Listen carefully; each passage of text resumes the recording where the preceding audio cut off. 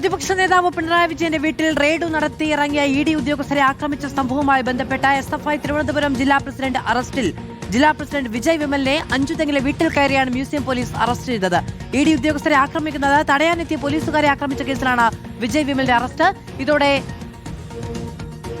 ED ഉദ്യോഗസ്ഥരെയും പോലീസുകാരെയും ആക്രമിച്ച 2 കേസുകളിലായി അറസ്റ്റിലായവരുടെ എണ്ണം 26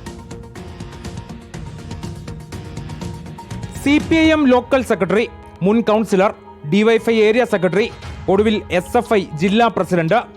ഇഡി ഉദ്യോഗസ്ഥരെ ആക്രമിച്ചതിലും അത് തടയാനെത്തിയ പോലീസുകാരെ ആക്രമിച്ചതിലും അറസ്റ്റ് നടപടികൾ അവസാനിക്കുന്നില്ല. SFI തിരുവനന്തപുരം ജില്ലാ പ്രസിഡന്റ് വിജയ് വിമലിനെ അഞ്ചുതെങ്ങിലെ വീട് കയറിയാണ് മ്യൂസിയം പോലീസ് അറസ്റ്റ് ചെയ്തത്. ഇഡി ഉദ്യോഗസ്ഥരെ ആക്രമിച്ചത് തടയാനെത്തിയ പോലീസ് ഉദ്യോഗസ്ഥരെ ആക്രമിച്ച കേസിലാണ് വിജയുടെ അറസ്റ്റ് രേഖപ്പെടുത്തിയത്.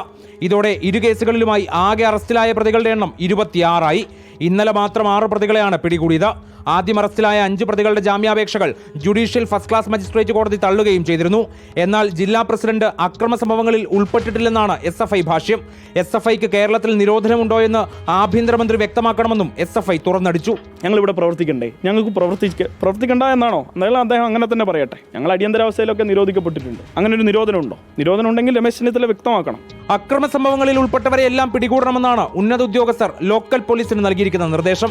ഇതിനോടകം തന്നെ 100-നടുത്ത കേന്ദ്രങ്ങളിൽ പോലീസ് പരിശോധനയും നടത്തിക്കഴിഞ്ഞു. SFI സംസ്ഥാന നേതാക്കൾ ഉൾപ്പെടെയുള്ളവരെ പ്രതിപട്ടികയിൽ ചേർക്കാനും സാധ്യതയുണ്ട്. അതേസമയം നാളെ ജാമ്യാപേക്ഷ നൽകാനാണ് മറ്റു പ്രതികളുടെയും നീക്കം. റിപ്പോർട്ടർ, തിരുവനന്തപുരം.